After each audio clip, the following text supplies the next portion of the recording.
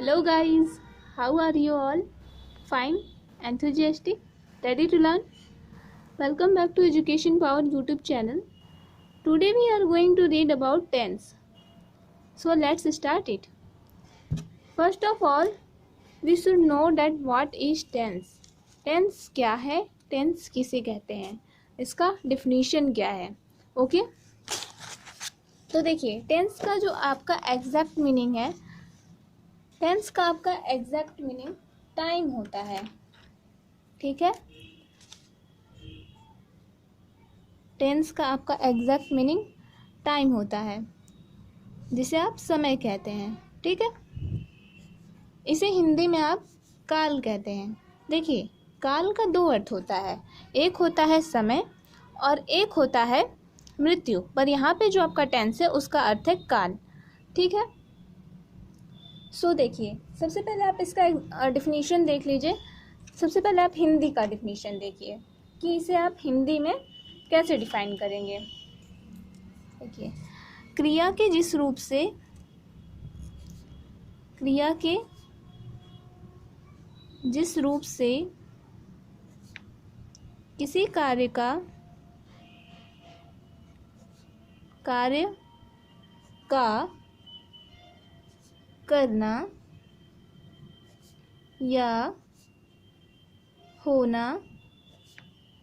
जाता है, उसे काल कहते हैं. क्लियर? काल कहते हैं. क्रिया के जिस रूप से किसी कार्य का करना या होना पाया जाता है उसे काल कहते हैं. ठीक है, इंग्लिश में आप इसे डिफाइन कुछ अलग तरीके से करेंगे, जैसे कि the form of the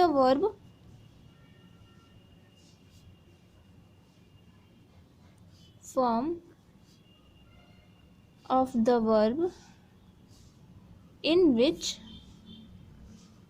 doing or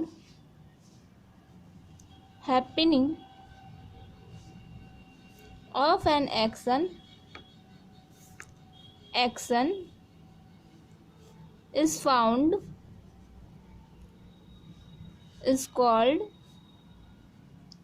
tense. Okay, अगर आपको इसे समझने में परेशानी आ रही हो तो आप इसे बहुत ही ईजिली फॉर्म में हिंदी में समझकर याद रख सकते हैं. ठीक है, जैसे कि आपका है ये the form of the verb. The form मतलब क्या होता है? रूप. ऑफ द वर्ब मतलब क्रिया का. ठीक है, the form of the verb मतलब क्रिया का रूप. इन विच मतलब जिस होता है, इन विच है मतलब जिसमें. ठीक है, डूइंग मतलब करना, हैपनिंग मतलब होना.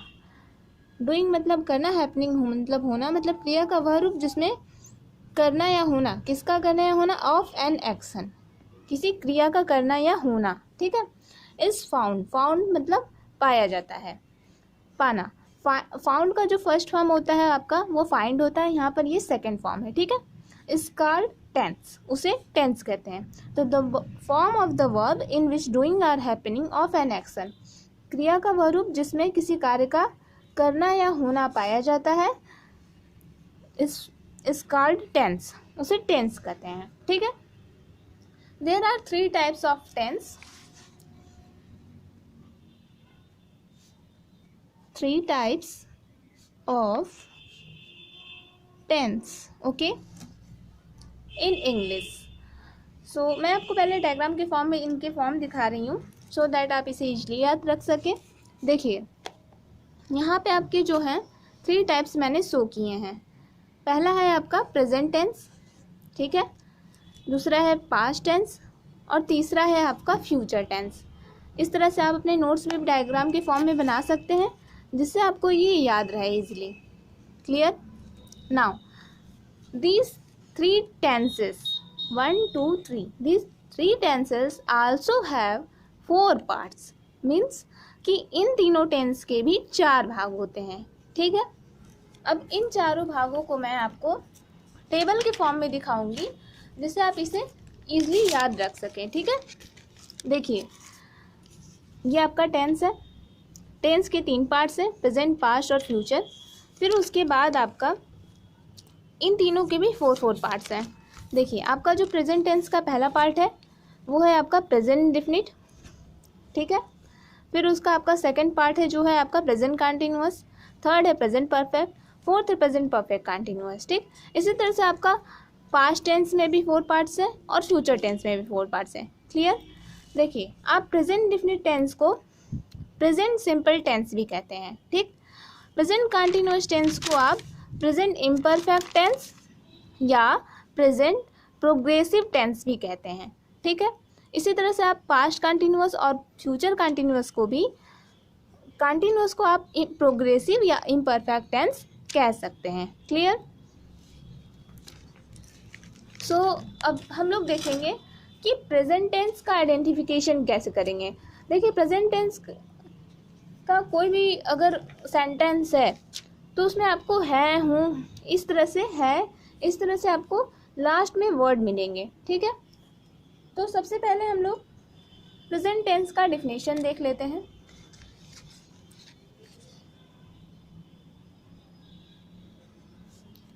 प्रेजेंट टेंस,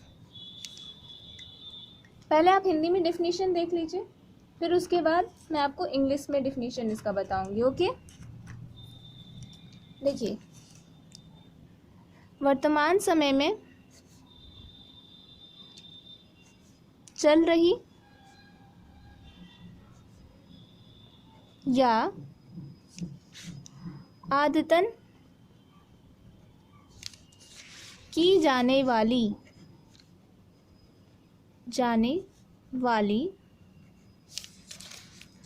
क्रिया को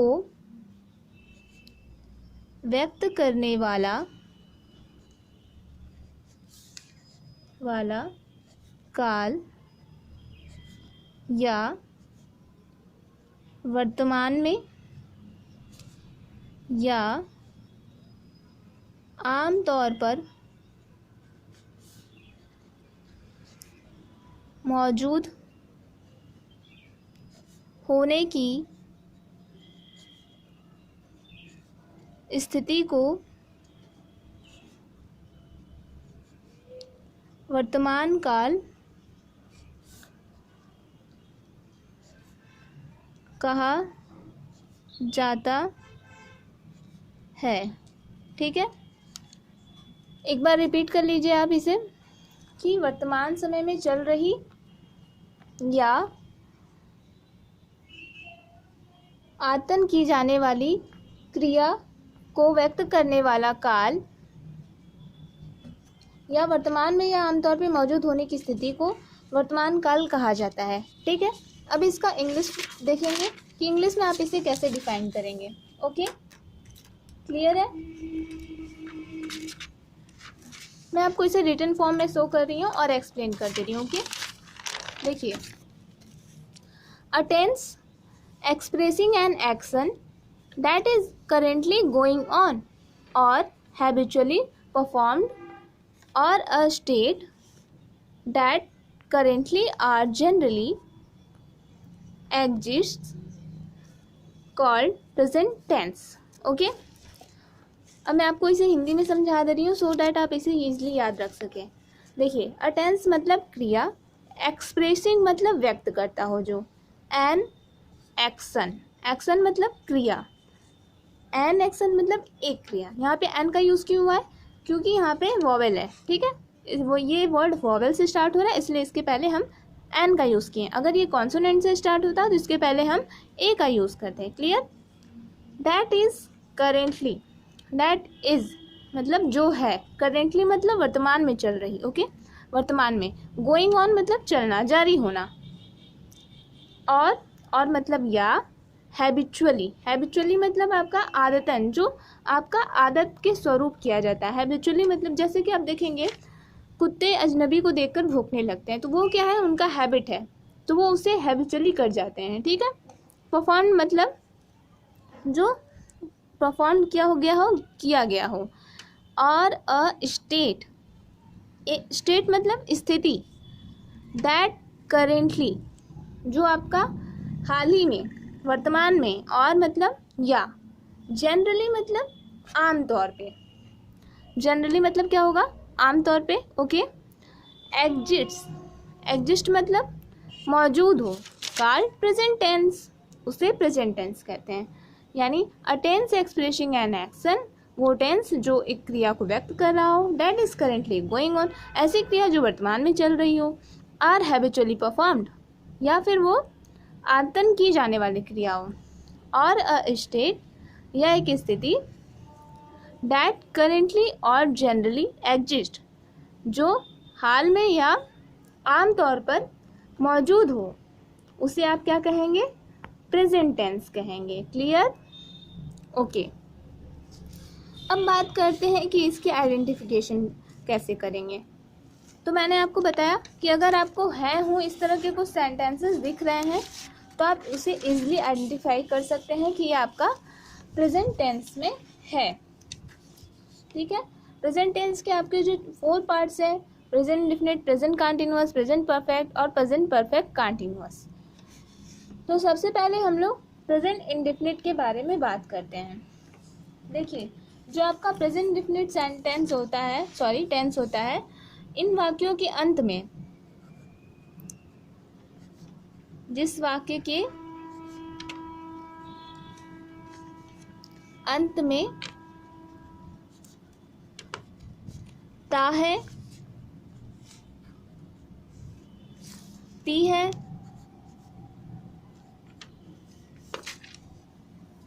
ते हैं और ता हूं। ठीक है, ते हैं, ता हूं,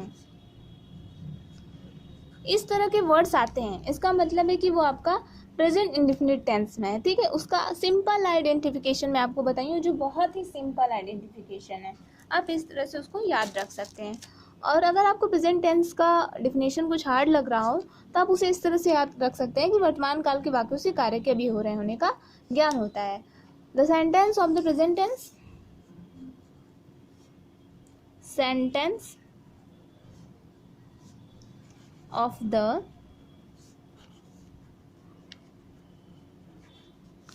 present tense gives the knowledge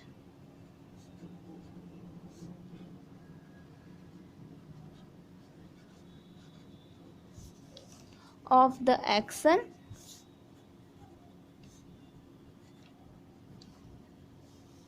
happening now।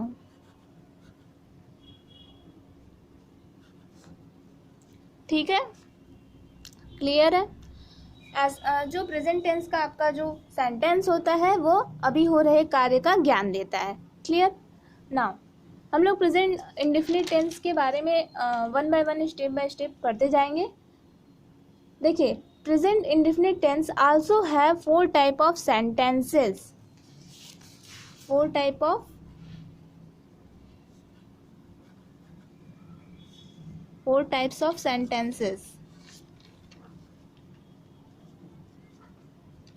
In sentences को मैं पहले आपको शो कर दे रही हूँ, फिर आप इसे 1 बाय 1 स्ट्रक्चर देखते जाएंगे। ठीक है, पहला आपका जो है वो है अफर्मेटिव,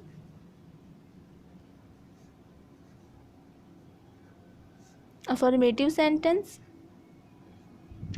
दूसरा आपका हो जाएगा निगेटिव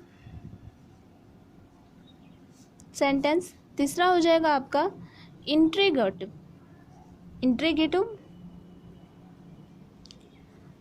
ठीक है, इंट्रीगेटिव सेंटेंस।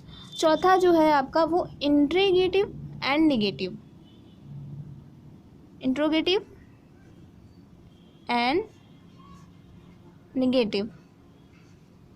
ठीक है, ये आपके 4 टाइप्स ऑफ सेंटेंसेस हैं जो आपके प्रेजेंट इंडेफिनिट में आपको मिलेंगे। सबसे पहले हम आपको कुछ इसके एग्जांपल्स बता दे रहे हैं कि आपको किस तरह से इसके, जैसे कि अगर आपका अफर्मेटिव है तो उसमें आपका पॉजिटिव सेंटेंस आएगा, जैसे कि वह घर जाता है, वह पढ़ाई करता है। नेगेटिव है तो उसमें नहीं वर्ड आएगा। इंट्रोगेटिव है तो वो क्या से स्टार्ट होगा, या बीच में आपका क्वेश्चन वर्ड आ सकता है। ठीक है, इंट्रोगेटिव और नेगेटिव तो उसमें क्वेश्चन भी पूछेगा, साथ में वो नेगेटिव भी होगा। ठीक है, नाउ आप अफर्मेटिव सेंटेंस का स्ट्रक्चर देखिए।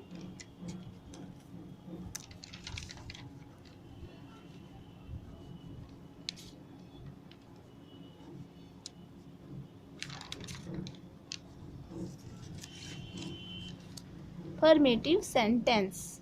ओके, देखिए इसका स्ट्रक्चर कुछ इस तरह से होगा। सबसे पहले आपका सब्जेक्ट होगा, फिर वर्ब का फर्स्ट फॉर्म होगा, प्लस एस या ई एस होगा, प्लस ऑब्जेक्ट होगा, प्लस अदर वर्ड्स होंगे। आप इस स्ट्रक्चर को कुछ इस फॉर्म में भी लिख सकते हैं, सब्जेक्ट प्लस वर्ब का फिफ्थ फॉर्म, ठीक है, फिर ऑब्जेक्ट और अदर वर्ड्स।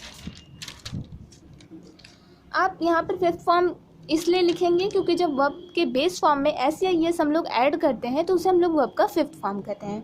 टोटल वर्ब के आपके फिफ्थ फॉर्म्स होते हैं। फर्स्ट फॉर्म आपका जो होता है वो बेस फॉर्म होता है, ठीक है। जो आपका सेकंड फॉर्म होता है वो थोड़ा सा डेवलप होता है, रेगुलर वर्ब भी हो सकता है और इरेगुलर वर्ब भी हो सकता है। जो आपके वर्ब है वो दो टाइप्स के होते हैं, एक रेगुलर वर्ब होता है और एक इरेगुलर वर्ब होता है, ठीक है। थर्ड फॉर्म भी आपका रेगुलर या इरेगुलर हो सकता है। जो आपका फोर्थ फॉर्म होता है, जब आप वर्ब के बेस फॉर्म में आईएनजी ऐड करते हैं तो आपका वर्ब का फोर्थ फॉर्म कहलाता है। और जब आप वर्ब के बेस फॉर्म में एस या ई एस का ऐड करते हैं तो वो आपका वर्ब का फिफ्थ फॉर्म कहलाता है। क्लियर?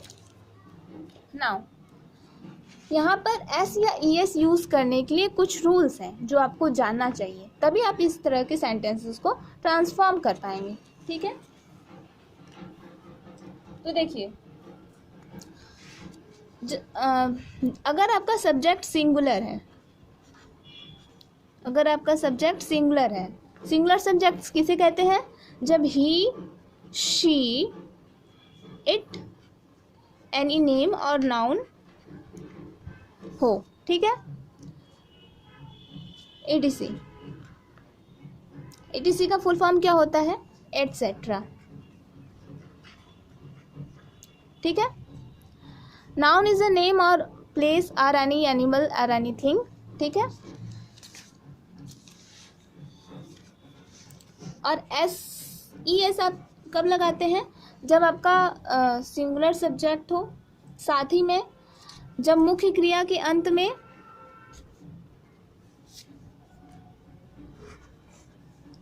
जब मुख्य क्रिया के अंत में O Z C H X S H आता है तो ई एस लगाते हैं, ठीक है। और इसके अलावा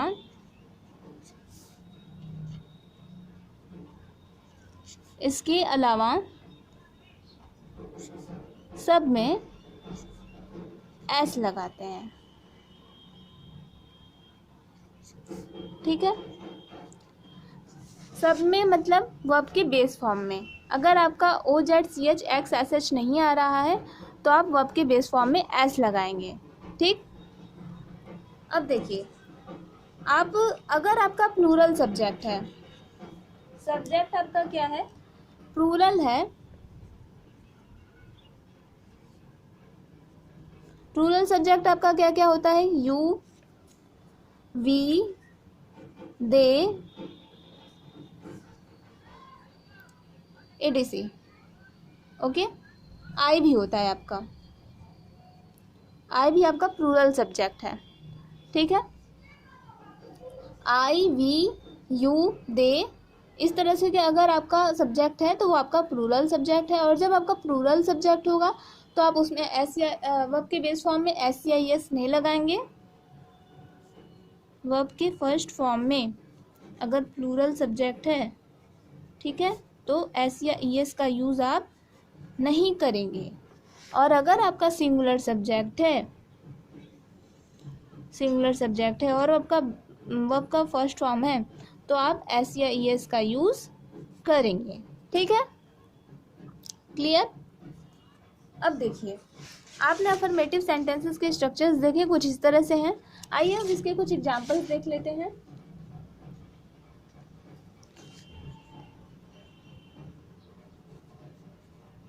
एग्जांपल्स, ठीक है। वह घर जाता है, सब्जेक्ट क्या हो गया आपका? ही। ना आपका जो वर्ब होगा वो जाना है यहाँ पे, तो गो हो गया। अब आप इसमें SEIS का यूज़ करेंगे या नहीं? अब आपका यहाँ का जो सब्जेक्ट है वो सिंगुलर है, इसलिए आप यहाँ पर ES का यूज़ करेंगे। ओके, यहाँ पर आपके वर्ब के लास्ट में एक वॉवेल आ रहा है जो वो है, ओ है, इसलिए आप यहाँ पे ES का यूज़ करेंगे। He goes. अब ऑब्जेक्ट आप कैसे फाइंड करेंगे? जब आप किसी सेंटेंस से क्या या कहाँ का क्वेश्चन करेंगे तो आपको ऑब्जेक्ट मिलेगा, ठीक है। जैसे वह जाता है, कहाँ जाता है भाई? घर जाता है, तो यहाँ पर आपको ऑब्जेक्ट होम है। He goes to home. इस तरह से आपका ये सेंटेंस बना। ये आपका पहला सेंटेंस हो गया। दूसरा, आप ऐसा सेंटेंस लीजिए जिसमें प्लूरल सब्जेक्ट हो। तो मान लीजिए मैं बाज़ार जाता हूँ, है ना। यहाँ पर आपका जो सब्जेक्ट है वो आई है, नाउ। उसके बाद आप according to the structure verb का फर्स्ट फॉर्म यूज़ करेंगे, गो। फिर ऑब्जेक्ट आपका है बाज़ार, तो बाज़ार को आप मार्केट लिख देंगे, ठीक है। I goes to market, I go to market, मैं बाज़ार जाता हूँ। यहाँ पे जो आपका सब्जेक्ट है वो प्लूरल है, इसलिए आप यहाँ पे SEIS का यूज़ नहीं करेंगे। क्लियर? और भी एग्जाम्पल देख लीजिए, जैसे वह खाना बनाती है, वह खाना बनाती है। सी कुक। अब आप बताइए यहाँ पे SEIS का यूज़ करेंगे या नहीं? यहाँ पर SEIS का यूज़ करेंगे। क्यों करेंगे? क्योंकि यहाँ पे जो सब्जेक्ट है वो सिंगुलर है। क्लियर? तो यहाँ पर हम एस का यूज़ करेंगे। क्यों एस का यूज़ करेंगे? क्योंकि यहाँ पर एक कॉन्सोनेंट है और कॉन्सोनेंट के बाद हम एस का यूज़ करते हैं। अगर आपका वॉवेल रहता, जो मैंने आपको बताया है पहले ही कि OZCH XSH आता है तो भी ES का यूज़ करते हैं, और अगर कोई वॉवेल रहता है तो भी आप ES का यूज़ कर सकते हैं, ठीक है। सी कुक्स, ऑब्जेक्ट जो है आपका वो फूड हो गया है, ठीक है। सी कुक्स फूड। आपने जब इस सेंटेंस को क्वेश्चन करा कि हाँ वह बनाती है, क्या बनाती है? खाना बनाती है, तो आपको ऑब्जेक्ट मिला। क्लियर? नाउ एक और एग्जांपल देखेंगे, जैसे कि तुम क्रिकेट खेलते हो, ठीक है। तुम क्रिकेट खेलते हो, तो इसे आप कैसे बनाएंगे? जैसा कि मैंने आपको स्ट्रक्चर में बताया है, आपको बिल्कुल सिंपली वैसे ही बनाना है, ठीक है। सब्जेक्ट आपका यू हो गया, खेलना का आपका इंग्लिश होता है प्ले, ठीक है। अब आप यहाँ पर SEIS का यूज़ नहीं करेंगे क्योंकि ये जो सब्जेक्ट है वो प्लूरल है। इसके बाद आपका ऑब्जेक्ट है यू प्ले क्रिकेट,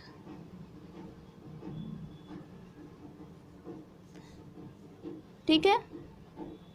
ये है आपका ऑब्जेक्ट, यू प्ले क्रिकेट, तुम क्रिकेट खेलते हो। अब आप यहाँ पे देखेंगे कि आपको यहाँ पर ता हूँ, ता है, ती है, ते हो, इस तरह के वर्ड्स लास्ट में मिल रहे हैं। इससे आप इजीली आइडेंटिफाई कर सकते हैं कि ये आपका प्रेजेंट इंडेफिनिट टेंस है। और हाँ, अगर आपको टेंस के टाइप्स याद करने में प्रॉब्लम हो रही है तो उसके लिए मैं आपको एक इजी टिप्स बता रही हूँ, ठीक है, सो डैट आप उसे याद रख सके कि उसके कितने टाइप्स होते हैं। तो देखिए, यहाँ पर जो आपका टेंस का फॉर्म है वो मैंने आपको शो करा है। देखिए, मान लीजिए कि ये जो टेंस है वो एक दादाजी हैं। टेंस के 3 बेटे हैं, दादाजी के 3 बेटे हैं, वो प्रेजेंट, पास्ट और फ्यूचर हैं, ठीक है।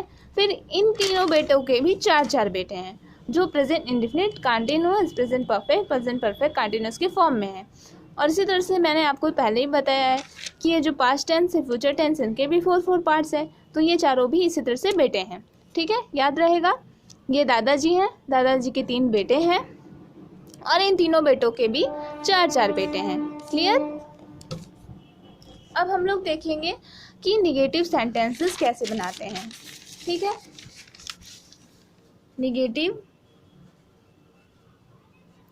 सेंटेंस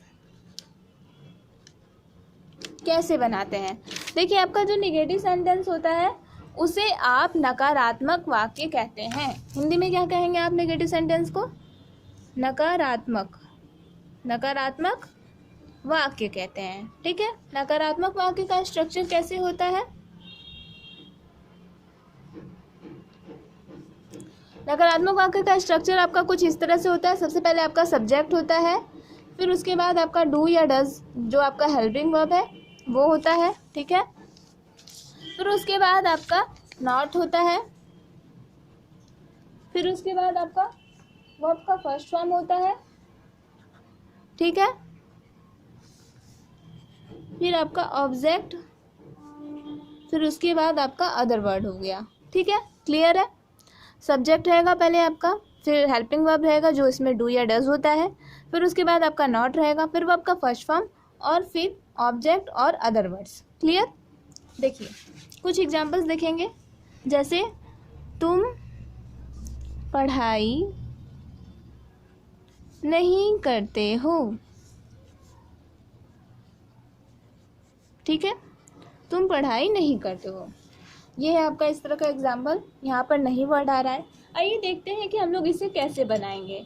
ठीक है, सबसे पहले जो आपका सब्जेक्ट है वो प्लूरल है, यहाँ पे तुम का हो जाएगा यू।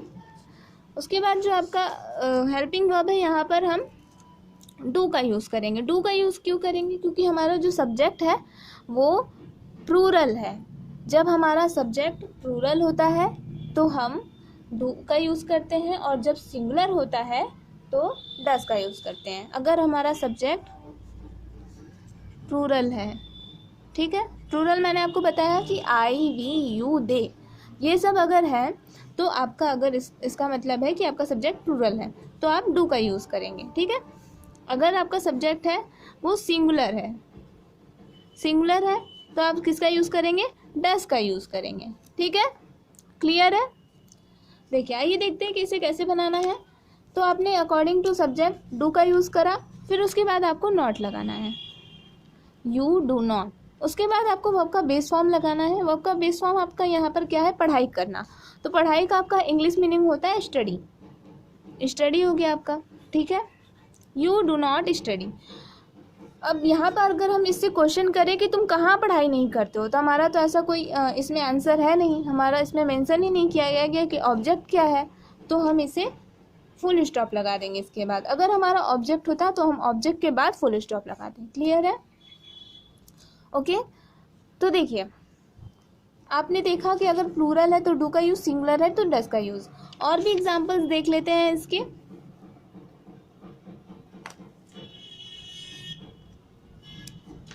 फॉर एग्जाम्पल, वह हॉकी नहीं खेलता है। ठीक है, वह हॉकी नहीं खेलता है। इसे कैसे बनाएंगे? सब्जेक्ट लिखेंगे पहले। यहाँ पर ता है वर्ड ऐसा दिख रहा है, इसका मतलब कि वो मेल है, इसलिए हम यहाँ पर ही का यूज़ करेंगे। ठीक है, फिर according to structure, according to this structure आप जो है हेल्पिंग वर्ब लगाएंगे। हेल्पिंग वर्ब इसलिए हेल्पिंग वर्ब में आप डज का यूज़ करेंगे क्योंकि यहाँ पर जो सब्जेक्ट है वो सिंगुलर है, तो यहाँ पर डज लगा देंगे। इसके बाद अब आप अकॉर्डिंग टू स्ट्रक्चर नॉट का यूज़ करेंगे। ठीक है, फिर वर्ब का बेस फॉर्म लगाएंगे। आपका बेस फॉर्म यहाँ पर खेलता का जो इंग्लिश मीनिंग होता है वो होता है प्ले, तो यहाँ पर आप प्ले लिख देंगे। ठीक है, एस या एस का यूज़ यहाँ पे नहीं करना होता है। याद रखिएगा कि नेगेटिव सेंटेंसेस में, प्रेजेंट इंडेफिनिट टेंस के नेगेटिव सेंटेंसेस में आपको एस या ई एस का यूज़ नहीं करना होता है। ठीक है, और देखिए he does not play, object क्या है आपका? अगर आप इसे क्वेश्चन करें कि भाई वह क्या नहीं खेलता है, तो आपको मिलेगा आंसर कि हॉकी नहीं खेलता है, तो आप ऑब्जेक्ट जो है आपका वो हॉकी है। ठीक है, he does not play hockey. Clear? Third जो आपका सेंटेंस है वो आप कुछ इस तरह से लिख सकते हैं कि मैं वहाँ नहीं जाता हूँ। ठीक है, मैं वहाँ नहीं जाता हूँ। इसे आप कैसे बनाएंगे? इसे बनाने के लिए भी आपको सेम स्ट्रक्चर फॉलो करना है। सबसे पहले आपको सब्जेक्ट लिखना है, फिर डू का यूज़ करना है क्योंकि यहाँ पर सब्जेक्ट जो है वो प्लूरल है। ठीक है, फिर नॉट लगा देना है, फिर उसके बाद वर्ब का बेस फॉर्म है आपका गो। ठीक, फिर मैं वहाँ नहीं जाता हूँ, आप जब क्वेश्चन करेंगे कि भाई कहाँ नहीं जाता हूँ, तो आपको मिलेगा वहाँ, तो यहाँ पर जो आपका ऑब्जेक्ट हो गया वो देयर हो गया, ठीक है। देयर, मैं वहाँ नहीं जाता हूँ, I do not go there, ठीक है।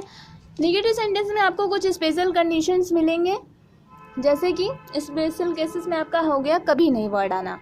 अगर आपको कुछ इस तरह का सेंटेंस दिखे कि मैं वहाँ कभी नहीं जाता हूँ, तो आप इसे कैसे बनाएंगे, आइए देखते हैं। इस तरह के सेंटेंसेस के स्ट्रक्चर कुछ इस तरह से होते हैं। देखिए, उसके स्ट्रक्चर में आपको डू या डज का यूज़ नहीं करना होता है, ठीक है। सब्जेक्ट उसमें आप लगाते हैं, फिर उसके बाद नेवर का यूज़ करते हैं, फिर एस या ईएस का यूज़ करते हैं, फिर ऑब्जेक्ट और फिर अदर वर्ड्स यूज़ करते हैं, ठीक है। एस या ईएस के लिए भी यहाँ पे भी वही कंडीशन लागू होगा कि अगर आपका सब्जेक्ट सिंगुलर है तो आप एस या ईएस का यूज़ करेंगे। अगर आपका सब्जेक्ट प्लूरल है, अगर सब्जेक्ट जो है वो आपका प्लूरल है, तो आप यहाँ पर एस या ईएस का यूज़ नहीं करेंगे, ठीक है। आप चाहिए तो इन सारे स्ट्रक्चर्स को वन बाय वन वीडियो को पॉज करके लिख सकते हैं, या आप इसका स्क्रीनशॉट ले सकते हैं, ठीक है।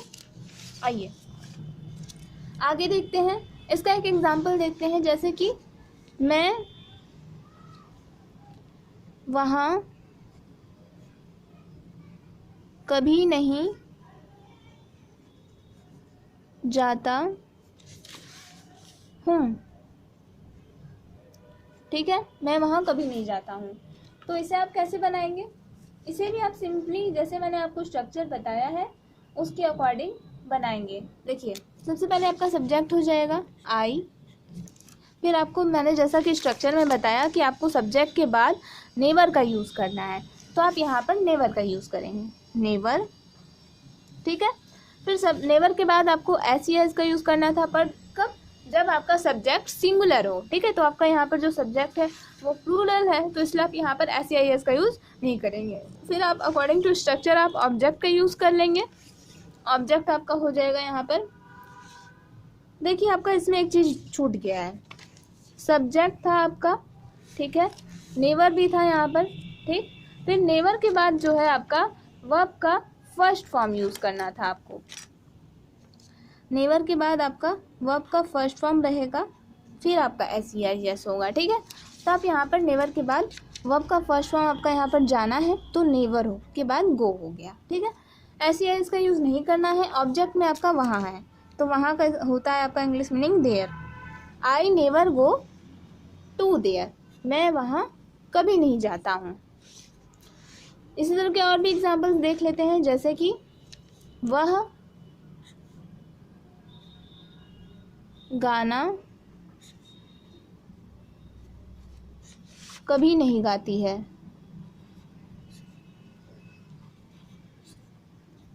ठीक है। इस तरह से आपका सेंटेंस बना जिसमें कभी नहीं वर्ड आया, तो आप इसे भी ऐसे ही ट्रांसफॉर्म करेंगे। सबसे पहले सब्जेक्ट लिखेंगे शी, फिर आपका हो गया नेवर, फिर वर्ब का फर्स्ट फॉर्म हो गया आपका गाना, तो सिंग होता है इसका, सी नेवर।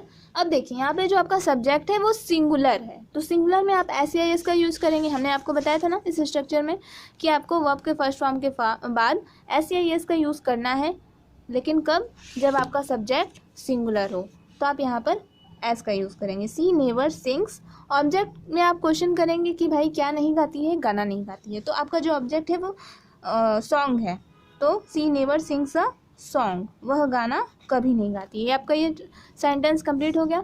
अब आइए बात करते हैं इंट्रोगेटिव सेंटेंसेस के बारे में।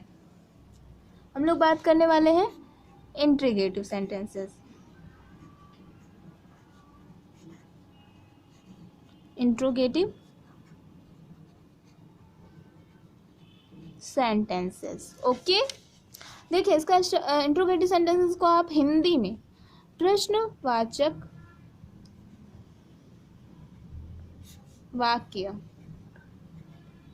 कहते हैं, ठीक है। प्रश्नवाचक वाक्य आप इसे कहते हैं हिंदी में। इसका स्ट्रक्चर कुछ इस तरह से होता है। और हाँ, आपका जो ये अफर्मेटिव सेंटेंस होता है, अफर्मेटिव सेंटेंस को आप हिंदी में सकारात्मक वाक्य कहते हैं, ठीक है। इसे क्या कहते हैं आप हिंदी में, सकारात्मक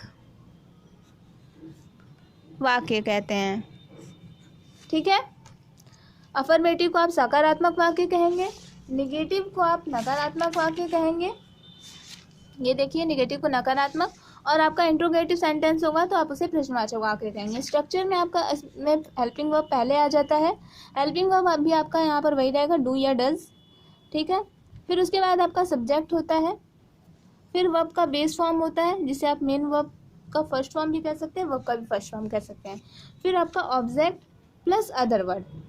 लेकिन हाँ, यहाँ पर एक चीज़ हमेशा याद रखिए कि ऑब्जेक्ट के अदर वर्ड के बाद आपको क्वेश्चन वर्ड का यूज़ जरूर से करना है। अगर आप यहाँ पे गलती से फुल स्टॉप लगा देते हैं तो आपका सेंटेंस गलत हो जाता है और आपके मार्क्स कट सकते हैं। इसलिए आप क्वेश्चन वर्ड का खास तौर पर क्वेश्चन मार्क का खास तौर पर ध्यान रखिए। ठीक है, जो आपके इंट्रोगेटिव सेंटेंसेस होते हैं वो 2 टाइप्स के होते हैं। कौन कौन से वो 2 टाइप्स हैं?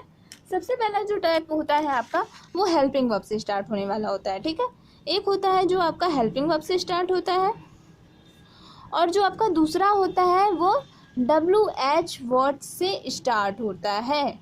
ठीक है, हेल्पिंग वर्ब टाइप सेंटेंसेस और WH वर्ड टाइप सेंटेंसेस होते हैं इसमें। हमने अभी आपको जो बताया वो आपका हेल्पिंग वर्ब टाइप सेंटेंस का स्ट्रक्चर था। ठीक है, अभी मैं आपको आगे WH वर्ड टाइप सेंटेंस के स्ट्रक्चर के बारे में बताऊँ। सबसे पहले हम हेल्पिंग वर्ब सेंटेंसेस के एग्जांपल्स देख लेते हैं। ठीक है, देखिए, जैसे क्या रीता सिलाई करती है। ठीक है, यहाँ पे आप देख रहे हैं कि ता या ती वर्ड आ रहा है। यहाँ पे ती वर्ड आ रहा है, मतलब आपका ये प्रेजेंट इंडेफिनिट में है। कैसे बनाएंगे इससे? हेल्पिंग वर्ब पहले लगा देंगे। यहाँ पे जो आपका रीता है, वो आपका सिंगुलर है, इसलिए आप यहाँ पे डज का यूज़ करेंगे। ठीक है, डज। सब्जेक्ट आपका रीता है तो रीता आप लिख देंगे। ठीक है, फिर उसके बाद आप देखेंगे कि वर्ब का आपका फर्स्ट फॉर्म क्या है। सिलाई करना का जो इंग्लिश मीनिंग है वो सीव होता है। ठीक है, डज रीता सीव क्वेश्चन मार्क। आप इसे स्टिचेस भी लिख सकते हैं। स्टिचेस मतलब होता है कपड़े सिलना। ठीक है, सीव की जगह आप स्टिचेस भी लिख सकते हैं। स्टिचेस की स्पेलिंग कुछ ये होती है, STICHES। ठीक है, स्टिचेस का मतलब होता है कपड़े सिलना। ठीक है, ठीक, और भी एग्जांपल्स इसके देख लेते हैं। देखिए, अदर एग्जांपल्स में आप कुछ इस तरह के एग्जांपल ले सकते हैं, जैसे कि क्या तुम घी नहीं खाते हो।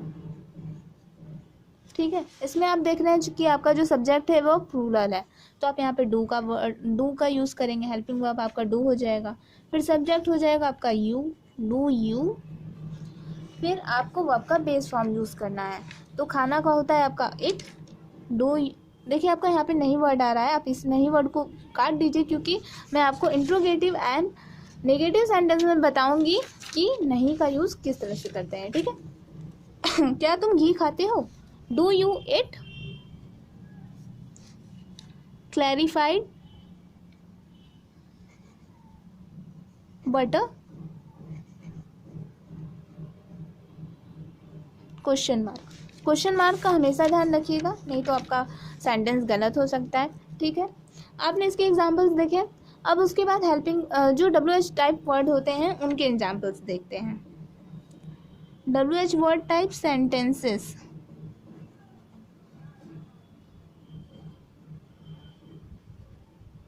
ठीक है, इसका स्ट्रक्चर मैं आपको बता रही हूँ। स्ट्रक्चर में आपका इसमें सबसे पहले WH वर्ड आता है।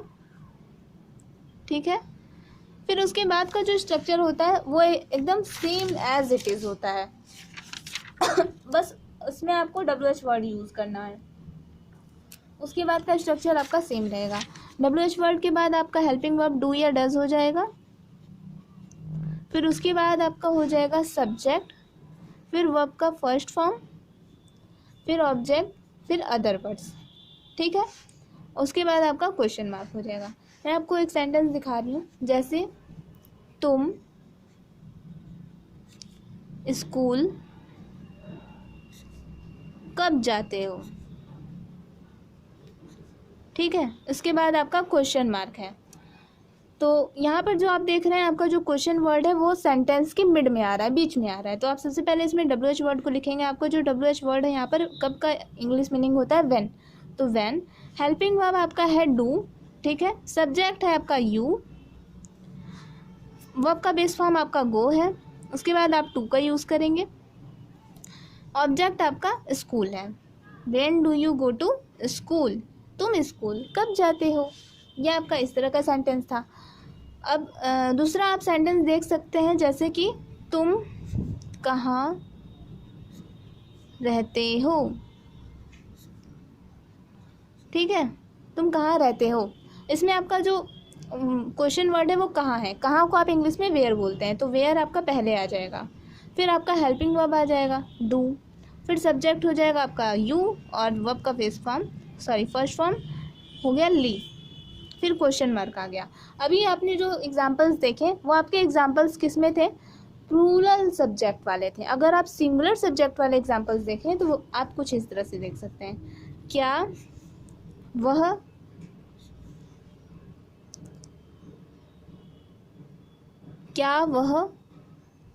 कपड़े सिलती है,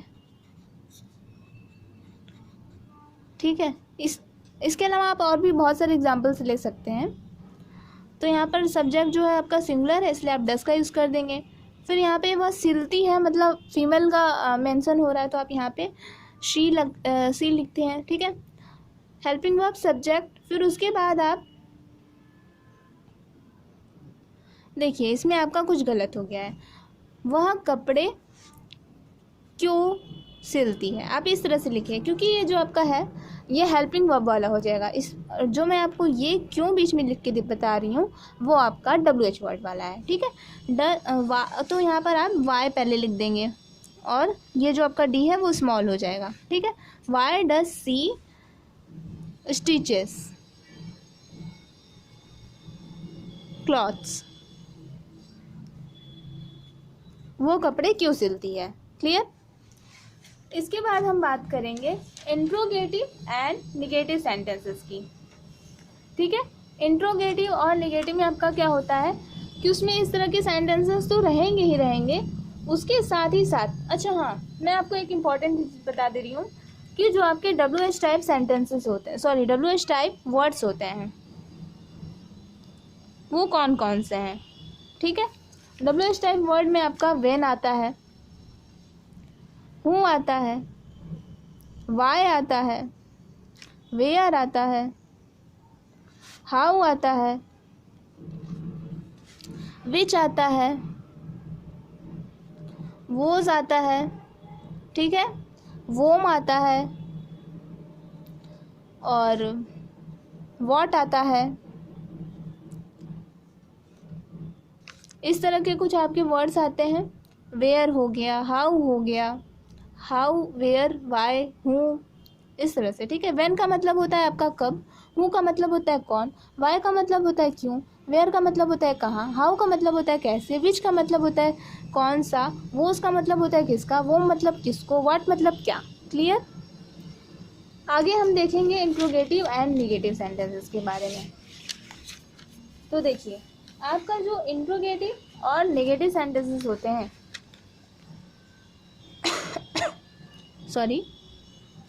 आपके जो इंट्रोगेटिव और नेगेटिव सेंटेंसेस होते हैं इसमें भी 2 टाइप्स के होते हैं, हेल्पिंग वर्ब से स्टार्ट होने वाले, और एक होते हैं जो है वो WH वर्ड से स्टार्ट होने वाले होते हैं। पहला हेल्पिंग वर्ब,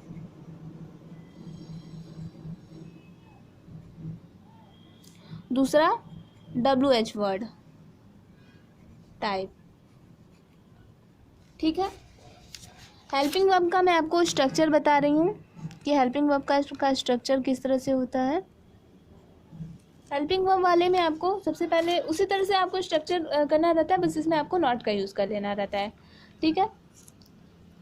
सबसे पहले आपका हो जाता है डू या डज, अगर आप हेल्पिंग वर्ब वाला बना रहे हैं तो हेल्पिंग वर्ब आपका पहले आता है, फिर आपका आता है सब्जेक्ट, फिर नॉट, फिर वर्ब का फर्स्ट फॉर्म, फिर ऑब्जेक्ट और फिर अदर वर्ड्स। ठीक है, क्लियर है।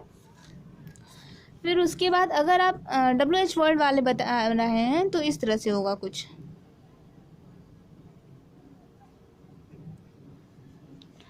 सबसे पहले आपका WH वर्ड आता है, फिर उसमें आपका हेल्पिंग वर्ब डू या डज आता है, फिर उसके बाद आपका सब्जेक्ट, नॉट, फिर वर्ब का फर्स्ट फॉर्म, फिर ऑब्जेक्ट, फिर अदर वर्ड्स। ठीक है, फिर क्वेश्चन मार्क। क्वेश्चन मार्क को हमेशा याद रखिए कि आपका क्वेश्चन मार्क आ रहा है। ठीक है, एग्जाम्पल्स देख लेते हैं फटाफट से।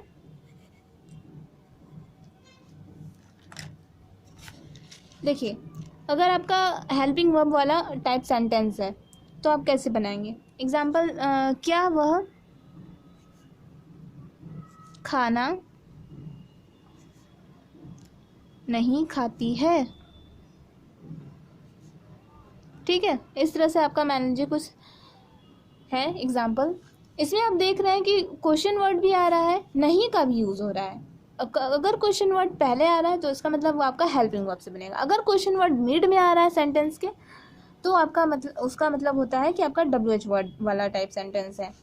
सबसे पहले आप इसमें according to structure helping verb use करेंगे। यहाँ पर सिंगुलर सब्जेक्ट है इसलिए आप डज का यूज़ करेंगे, डज। शी सब्जेक्ट आ गया आपका, फिर नॉट का यूज़ करेंगे। वर्ब का बेस फॉर्म आपका खाना है तो ईट हो गया इसका। ऑब्जेक्ट आपका फूड है। ठीक है, does she not eat food, यहाँ पे हो गया आपका क्वेश्चन मार्क। एक बात याद रखिए कि जब आप इस